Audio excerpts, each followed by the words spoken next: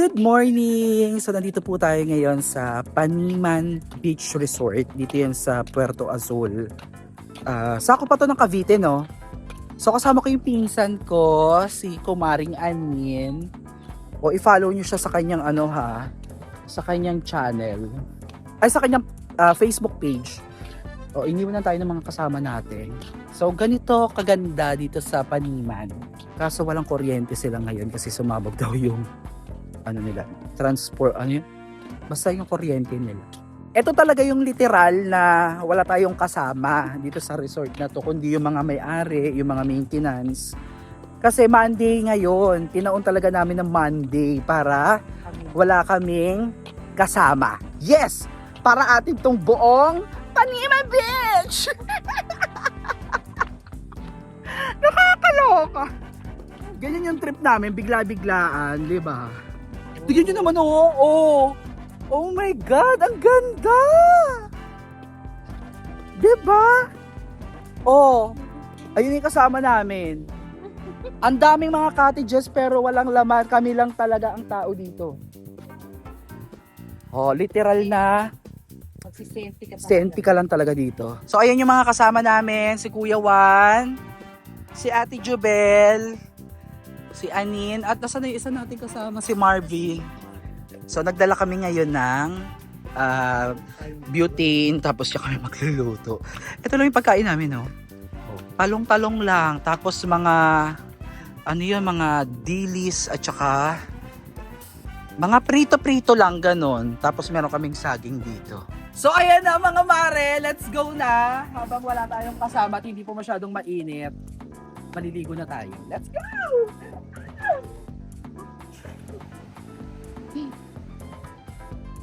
Kapita niyo naman, nandun na si Kuya Wansho. Teka lang, kala mo naman karanasan mo naman siya, marunong lumangoy at nandun na siya, di ba? Huwag ka masyadong lumayo. Susugod kami sa sa initan, tapos sa dagat, walang sunscreen. Sunscreen muna tayo.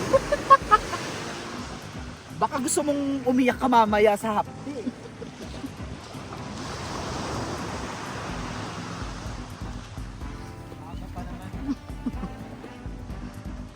Meron tayo ditong pang dito lang sa may Laglag. Dito kasi ibang part naman ng mo. Pano naman. Hindi ka pa maligo na eh? Mamaya pa. Papakuwalan ko nito. Naka-play pa talaga to. Ay, naka-play pa ba yan? Oo. Sige. Lalagyan kita sa bato. Laki na. Punta ng punta sa malalim, ha? At kakain na tayo maya-maya. Pagka pinaakyat kayo, akyat na agad. Hindi yung kapag kasi naway kayo, tuloy-tuloy pa kayo. Huwag kayo punta sa masyadong malalim, ha? Matibok kayo dyan, magsinelos kayo.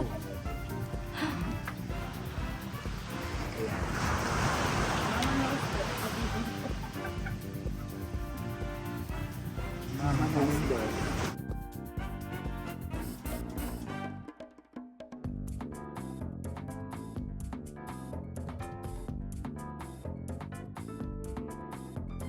So ayan, tapos na tayo maligo, alas 12 ng tanghali. Hanggang alas 5 to, pero as in saglit na saglit lang tayo. Parang mga 3 hours or 4 hours lang tayo dito. Ay, mga kasama ko, Hindi sila naligo, dalawa lang kami naligo talaga. Ewan ko sa kanila. Ayan.